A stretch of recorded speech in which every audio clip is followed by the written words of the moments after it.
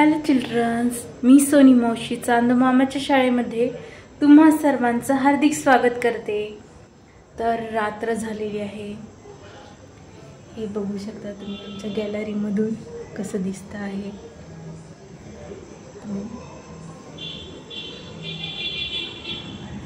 मी काम करत होते, माझं काही सामान होतं ते मी शोधत होते, तर त्याच्यामध्ये सापडलं आमच्या लहानपणीचं एक बुक। आमच्या लहानपणीचं म्हणजे म्हणण्यापेक्षा माझ्या भावाला भेटलं होतं ते गिफ्ट म्हणून, आणि मला सुद्धा ते एक बुक गिफ्ट म्हणून भेटलं होतं। आम्ही एका प्रोग्राममध्ये गेलो होतो आमच्या मम्मीसोबत, कंपनीमधला प्रोग्राम होता मम्मीचा तेव्हा। त्याला खूप वर्ष झाली आणि ते बुक अचानक सापडलं। तर हे आहे विकास स्टोरीज फॉर चिल्ड्रन, नवनीतचं आहे हे बुक, नवनीत ब्रँडचं। तर त्यातली एक छानशी स्टोरी मी तुम्हाला वाचून दाखवणार आहे। हे बघा, ती स्टोरी अशी आहे।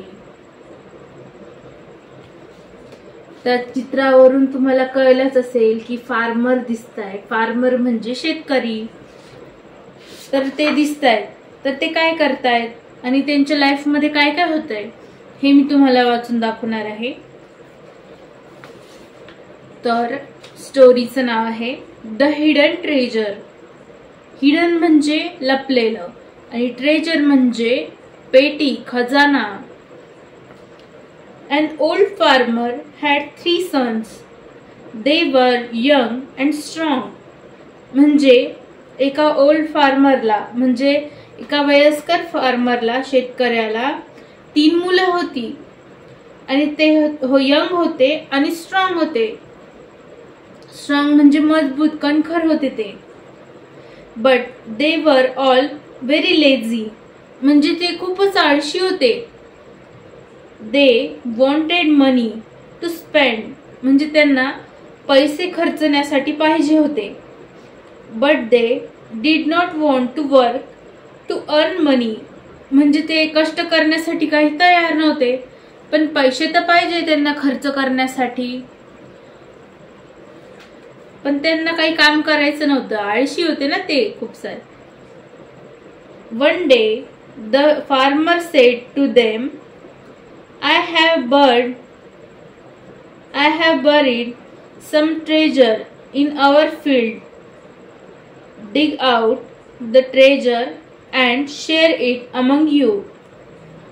म्हणजे त्यांनी काय केलं, त्या ओल्ड शेतकऱ्यांनी काय ठरवलं, त्या मुलांना सांगितलं त्यांनी की आपल्या शेतामध्ये एक ट्रेजर आहे, ते मी त्यामध्ये लपवून ठेवलेलं आहे, ते तुम्हाला काढायचं आहे आणि ते तुमच्या सर्वांमध्ये वाटायचं आहे, शेअर करायचं आहे। तर मग आता हे सगळं ऐकल्यावर ते काय करणार, ते सगळं शेतकऱ्याचे मुलं काय करणार, असं ठरवल्यावरती, असं ऐकल्यावरती ते जाणार ना त्या शेतामध्ये आणि काय आहे त्या ट्रेजर मध्ये ते बघणार का नाही। तर आता ते काय ठरवतात ते बघूया। So the next day the young man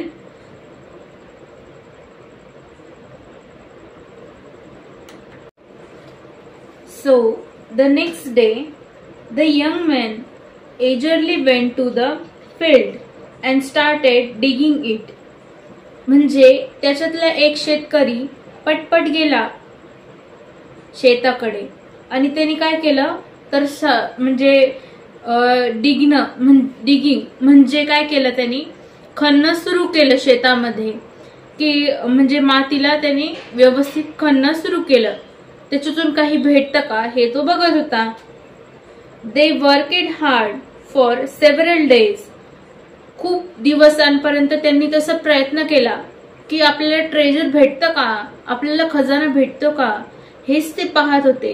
मग त्याकरता त्यांना माती खणणं गरजेचं होतं का नाही, तरच त्यांना त्याच्यातला खजाना भेटणार, म्हणून त्यांनी खूप दिवस असे प्रयत्न केले। They dug each and every inch of the field but found no treasure एनिव्हेअर।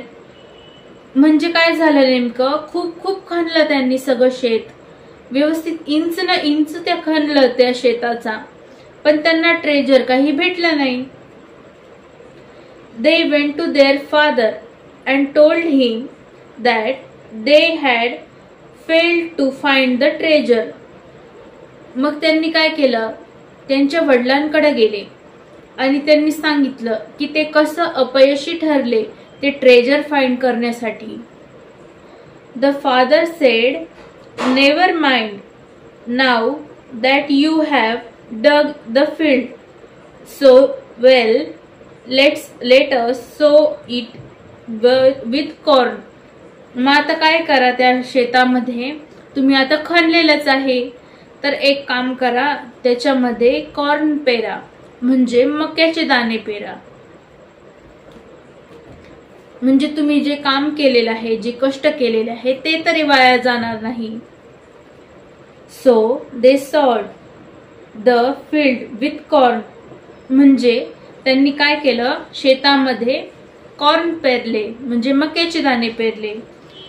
Luckily for them it rain very well that year, म्हणजे त्या वर्षी काय झालं, खूप सारा पाऊस पडला. लकीली म्हणजे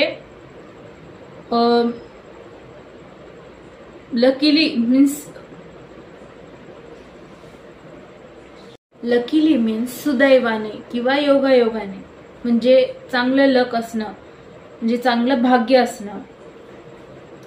पण इंग्लिश शब्द इतके यूज करतो की त्याचं मीनिंग पटकन मराठीमध्ये कळत नाही आपल्याला. इंग्लिशमध्येच ते आपण शब्द यूज करतो नेहमी, तर त्यामुळे काही गोष्टींचा प्रॉब्लेम मला झाला आता, सॉरी फॉर दॅट. पण पुढे काय झालं आपण गोष्टीमध्ये पाहूया. The corn ripened and the field looked very beautiful with rich crop, म्हणजे योगायोगाने तर पाऊस पडला आणि त्याच्यामुळे जे धान्य आहे ते इतकं व्यवस्थित वाढलं की खूप मोठे मोठे त्याचे क्रॉप तयार झाले. The young man showed the field to their father with great pride, म्हणजे खूप अभिमानाने एका यंग मॅननी, म्हणजे त्याचा जो तरुण मुलगा होता शेतकऱ्याचा, ओल्ड शेतकऱ्याचा, तर तो जो तरुण मुलगा होता त्यांनी दाखवलं त्याच्या वडिलांना शेत आता कसं तयार झालेलं आहे. अभिमानाने त्यांनी सांगितलं की शेतामध्ये खूप सारं धान्य आता येऊ शकेल. The farmer said, "What a bumper crop!" म्हणजे बघा किती बंपर क्रॉप आहे, म्हणजे किती सारं धान्य उगवलेलं आहे. "This is the very treasure I wanted you to share among you." म्हणजे त्यांनी हे दाखवलं, त्या मुलाने दाखवलं की किती सारं त्याच्यामध्ये धान्य उभं राहिलेलं आहे. तर त्या ओल्ड शेतकऱ्यांनी सांगितलं की हेच तर त्यामधलं बंपर क्रॉप आहे, हेच तर त्यामधलं ट्रेजर आहे, त्या फील्ड मधलं, म्हणजे त्या शेतातलं, जे मी तुम्हाला सांगायचं इतक्या वेळा प्रयत्न केला. This is the very treasure I wanted you to share among you. If you work hard you will get the such treasure year after year. म्हणजे तुम्ही जर मेहनत केली तर तुम्ही प्रत्येक वर्षी तुम्ही अशा प्रकारे ट्रेजर मिळवू शकता.